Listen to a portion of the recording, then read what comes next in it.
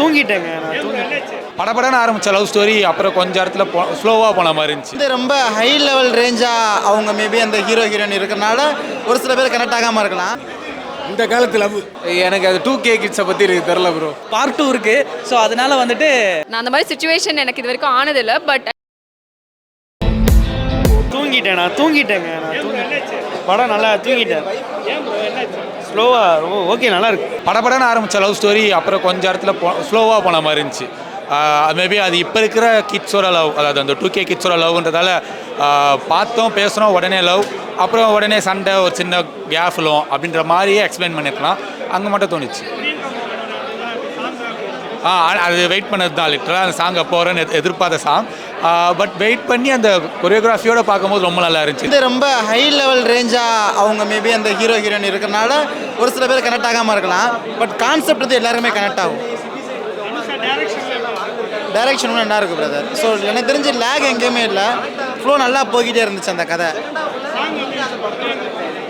நல்லா இருந்துச்சு பிரதர். ஆக்சுவலாக இதில் வந்து ஒன்று ஏமாற்றிட்டாங்க. நான் தனுஷ் சார் வருவார்னு எக்ஸ்பெக்ட் பண்ணேன். பட் எந்த ஒரு சீன்லையுமே அவர் வரல. அது மட்டும் தான் கொஞ்சம் வருத்தமாக இருக்குது. மற்றபடி அந்த டான்ஸும் வந்து நம்ம ஆல்ரெடி பார்த்தா நல்லா இருந்துச்சு. பிரமாதமாக இருக்கு. எல்லாருமே நல்லா பண்ணி இந்த காலத்து லவ். எனக்கு அது 2K கிட்ஸை பற்றி எனக்கு தெரில ப்ரோ. எனக்கு கனெக்ட் ஆச்சு. 2K கிட்ஸை பற்றி எனக்கு தெரில. அதுதான் ப்ரோ எனக்கு தெரிலன்னும் போது நீங்கள் எப்படி இருக்குன்னா உங்கள் மனசுக்குள்ளே என்ன இருக்குது நீங்கள் சொல்லுங்கள் அப்படின்ற மாதிரி இருக்குது. நான் அப்படிப்பட்ட ஆள் இல்லையே. சூப்பராக பண்ணியிருக்காரு. அதான் நான் சொன்னேன், ஒரு டேரக்டராக எல்லா ஜானர்லேயும் அவரால் படம் பண்ணி ஹிட் பண்ண முடியும், ஒரு ஆடியன்ஸை கனெக்ட் பண்ணுற படத்தை கொடுக்க முடியுன்றதுக்கு தொடர்ந்து நிறைய எக்ஸாம்பிள்ஸ் கொடுத்துட்டாரு. ராயனில் ஆரம்பித்து இப்போ நீக்கு வரைக்குமே ரொம்ப அழகான ஒரு டேரக்டராக, கிராஃப்டாக ரொம்ப ஸ்ட்ராங்காக இருக்கார் ப்ரோ. நீங்கள் போய் பாருங்கள், க்ரீன் மேட்டில் ஒரு சாங் ஃபுல்லாக அந்த ஏடின்னு பண்ணியிருப்பாங்க, ஒரு இடத்துல கூட மிஸ்டேக் தெரியாது, அப்படி பண்ணியிருக்காரு. என்ன சொல்ல வராங்க அப்படின்னா, ஒரு யூஸ்வலான ஒரு லவ் ஸ்டோரி. ஏன்னா கிளைமேக்ஸ்லேயும் இன்னொரு ட்விஸ்ட் இருக்குது. ஒரு முடிவு சொல்லிட்டாங்கன்னா அப்படின்னா நம்ம சொல்லிடலாம். பார்ட் 2 இருக்குது. ஸோ அதனால் வந்துட்டு நீங்கள் படம் பாருங்கள், கண்டிப்பாக பிடிக்கும். என்ன ப்ரோ, தனுஷ் வரல. தனுஷோட ஆக்டிங் வந்து ஹீரோவோட பர்ஃபார்மன்ஸில் தெரியும். ஏன்னா அவர் டைரக்ட் பண்ணியிருக்கனால அவரோட சில விஷயங்கள் வந்து படத்தில் வந்து தெரியும். கண்டிப்பாக கனெக்ட் ஆகும் ப்ரோ. முழுக்க முழுக்க அவங்களுக்காகவே எடுத்து நம்ம சொல்லுவோம்ல, இவங்களுக்காகவே எடுத்து தைச்சது அப்படின்னு, அந்த மாதிரி 2K கிட்ஸ்க்காகவே எடுத்து தைச்ச மாதிரியான ஒரு ஸ்கிரிப்ட் தான். ஸோ கண்டிப்பாக அவங்களுக்கு ரொம்ப பிடிக்கும்.